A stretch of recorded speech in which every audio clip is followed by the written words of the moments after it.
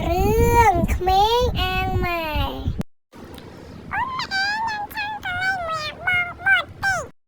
បានតាកូនតលេងទៅ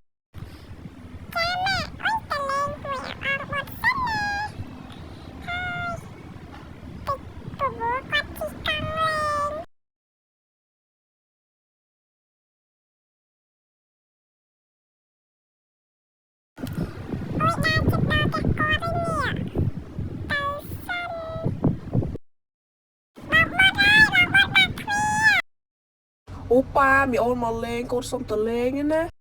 បាទកូន មីអូនណាតោះយើងទៅលេងជីកង់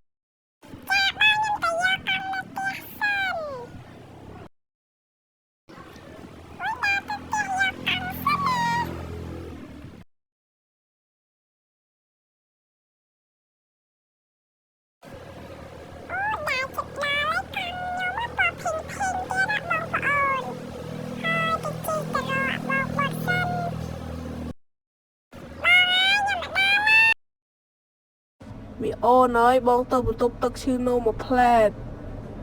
ហើយឈឺនោមសិនណា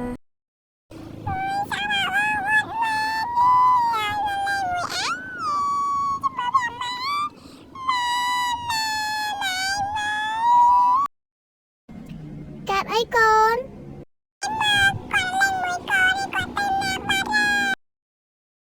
ហើយមកវិញហើយទៅលេងមួយមីអូនសិន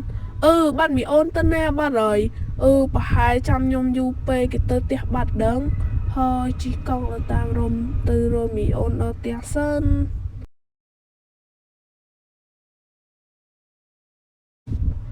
ហើយដល់មីអូនកើតអីទៅផ្ទះចៅខ្ញុំបាត់មីអូនបើកទ្វារឲ្យបងតិចមើលមីអូនចេញមកមីអូន អូវាមកផ្ទះយើងល្មមចាំម៉ាក់ទៅស្ដីឲ្យណែក្មួយមិនអត់លេងមួយកូនមីងចឹងហ៎ មានណាមេង ថ្ងៃក្រោយឈប់ធ្វើចឹងកូនមីងទៀតណា គាត់ទៅជឿនោមមកផ្លែតសកូនគាត់នឹងឆ្លើយមែនទៅប្តឹងម៉ាក់គ្រាន់តែរឿងចឹងសោះទៅប្តឹងម៉ែដែរឈប់លេងជាមួយស្អប់ប៉ាអើយប៉ា កើតអីកូនប្រាប់ប៉ាតិចមើល ប៉ាឯងមើលគ្រាន់កូនទៅបន្ទប់ទឹកនេះសមីអូនហ្នឹងវាទៅប្តឹងម៉ែវាស្ដីខ្ញុំឲ្យរត់ខ្ញុំទេ អើយកូនអ្នកនេះនឹងទៅអញ្ចឹងហ៎ម៉ែវានឹងក៏កាន់ជើងកូនទៀតឈប់លេងមួយវាកូន